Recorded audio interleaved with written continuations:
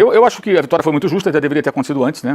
O gol no final, mas foi até emocionante, mas poderia ter vencido antes. O segundo tempo foi muito bom, o Brasil amassou. Acho que o Japão, no segundo tempo, é um time covarde, um time que não contra-atacou, só se encolheu, parecia o Paraguai. Acho que o Japão poderia ter feito mais, e também tem muito mérito da seleção brasileira, mas o primeiro tempo achei muito abaixo, muito abaixo. O Brasil é um time que fica trocando passos diante de uma defesa fechada, tem uma dificuldade muito grande para criar qualquer situação de perigo. Roda, não acontece muita coisa. Os jogadores chegam a fazer gesto um para o outro. Não acontece nada. E a saída de bola está muito fraca, né? Ontem, óbvio que tem erros de alguns jogadores. O principal deles é o do Danilo. Aquela bola passe forçado no meio ali, num local perigoso. Mas a jogada se desenvolve, né? O Casemiro já tem cartão, não faz a falta. O Gabriel Magalhães não sabe se vai ou se fica. O Bruno Guimarães também, quando o passe é dado, ele corre para o lado errado. Ao invés de correr para receber, ele corre para o lado errado. E aí o Danilo ainda se força o passe. Repito, o maior erro é do Danilo. Mas aí também tem a participação do técnico. Porque se a saída de bola não está boa, é o trabalho do técnico também, certo? Acho que aí ele é um corresponsável por aquilo que aconteceu. E se você puxar um pouquinho o lance anterior ao lance do gol, é uma tentativa de sair jogando, não tem muita opção de passe, o Brasil sai num chutão do Marquinhos, a bola é recuperada pelo Japão, aí o Japão tenta armar um ataque, aí na intermediária ofensiva eles perdem a bola volta lá para trás, o Brasil recomeça a saída de bola e tem esse passe errado do Danilo. Então acho que a saída de bola tem que melhorar, não consigo entender a seleção brasileira com uma saída de bola muito pobre, especialmente porque o Japão não é um time que pressiona fortemente ali, pressiona e tal, a saída de bola em alguns momentos, mas não é aquela pressão avassaladora. Eu fico imaginando como vai ser contra um time que joga assim, precisa melhorar. E a questão de criação, que não é questão de um jogador que dá um passe fantástico, é de se movimentar, de dar a opção, de criar alguma coisa. Não acontecia nada. Aquele famoso passe que quebra as linhas não existe. Então foi um primeiro tempo acho que bem aquém.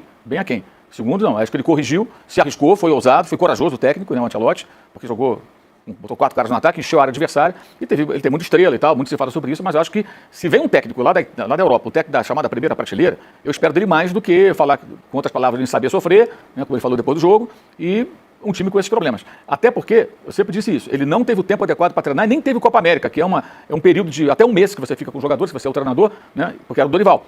Então, isso de fato pesa, né, no trabalho dele. Só que agora, durante a Copa, ele tem tido bons intervalos. Ontem, antes da meia-noite no horário local, o avião pousou em Nova Jersey. Os caras já estavam no berço na madrugada. Enquanto o Marrocos estava jogando contra a Holanda, já estava todo mundo indo dormir. Então hoje, terça-feira, estão lá no CT, amanhã, quarta-feira, quinta, sexta, sábado, para jogar domingo. O adversário do Brasil joga hoje, e depois vai viajar, sabe-se lá quando, para Nova Jersey. Então, assim, a logística foi favorecida, a importância de ter sido o primeiro colocado, a gente falou muito sobre isso na fase de grupo, tinha que ser primeiro, e foi. Tem que melhorar, gente, tem que corrigir algumas coisas. Eu acho que o Japão, ele desafiava o Brasil mais do que os adversários anteriores, os dois últimos, mas rivais mais difíceis virão. Eu acho que um time com uma saída de bola tão pobre e com essa dificuldade de criar quando o adversário está fechado, eu acho que isso precisa melhorar, é o trabalho dele que tem que entrar em ação. Agora que ele foi corajoso, ele foi.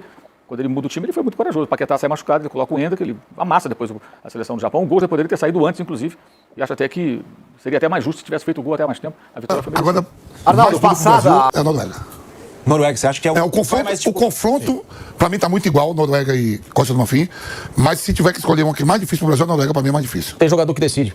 O individual também no confronto desse. Porque assim, a seleção da Costa do Marfim, ela é muita força física, muita imposição de justamente você travar o adversário, como eles fizeram com a Alemanha ao longo de todo o segundo tempo. Né? Eles compactam, não fica tão atrás. Ela marca, como a gente brinca no jargão, meia quadra, né? Ou seja, intermediário. E justamente para puxar esse contra-ataque rápido com os pontos, né? O PP, o Diomandé, são jogadores muito velozes. Agora, a diferença para a Noruega é que, além da Noruega também saber fazer esse jogo físico, ela tem um cara que a seleção brasileira não tem. Tem o Vinícius. Mas só que do outro lado você tem um jogador no mesmo padrão de capacidade de buscar um resultado. É o Haaland. Uma bola para o Vinícius pode decidir o jogo? Pode. Uma bola para o Haaland também pode decidir o jogo. Então, essa equiparação que, por exemplo, hoje o Japão não tinha. O Japão tem um cara que numa bola... Se você pegar a dupla de ataque da Noruega, com a qualquer dupla de ataque do Brasil, eles têm mais gols. Eles levam vantagem. Claro que levam. Fazem mais gols, né? A melhor é pegar a Costa do Marfim. Eu acho que a Noruega, primeiro, o Brasil nunca derrotou a Noruega na história. Né? Isso já é um ponto, diferente do Japão, né, que é um time que novamente teve um certo... Mas a seleção europeia... Mais uma seleção europeia que nunca eliminou o Brasil. A cada Copa é uma seleção inédita que elimina o Brasil, né? Isso tem acontecido já desde 2006, quando a França despachou o Brasil. Não foi nem inédito, a França já tinha eliminado o Brasil antes, mas isso aconteceu depois. Aí veio na sequência Holanda, Alemanha, Bélgica, Croácia. E eu acho que o adversário mais chato seria a Noruega. E assim...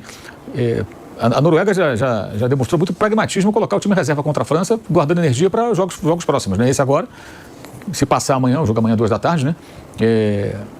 Acho que é o adversário mais chato para o Brasil enfrentar. Bons jogadores, o Haaland é um demônio na área, um jogador muito perigoso e certamente vai agredir mais o Brasil, vai dar mais trabalho para a seleção brasileira. E até contra a França, jogando com o time reserva, eles conseguiram criar boas situações, o que diz muito sobre a seleção francesa, que também é um time que ataca e não está nem para nada. Se expõe, ele vai para o risco.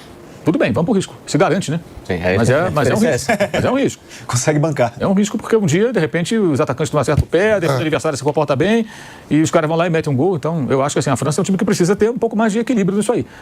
Se bem que aquele jogo foi um jogo quase amistoso, né? Não teve uma pegada de um jogo oficial pelas circunstâncias que já citamos. Então, eu acho que para o Brasil o melhor seria pegar a Costa do Marfim.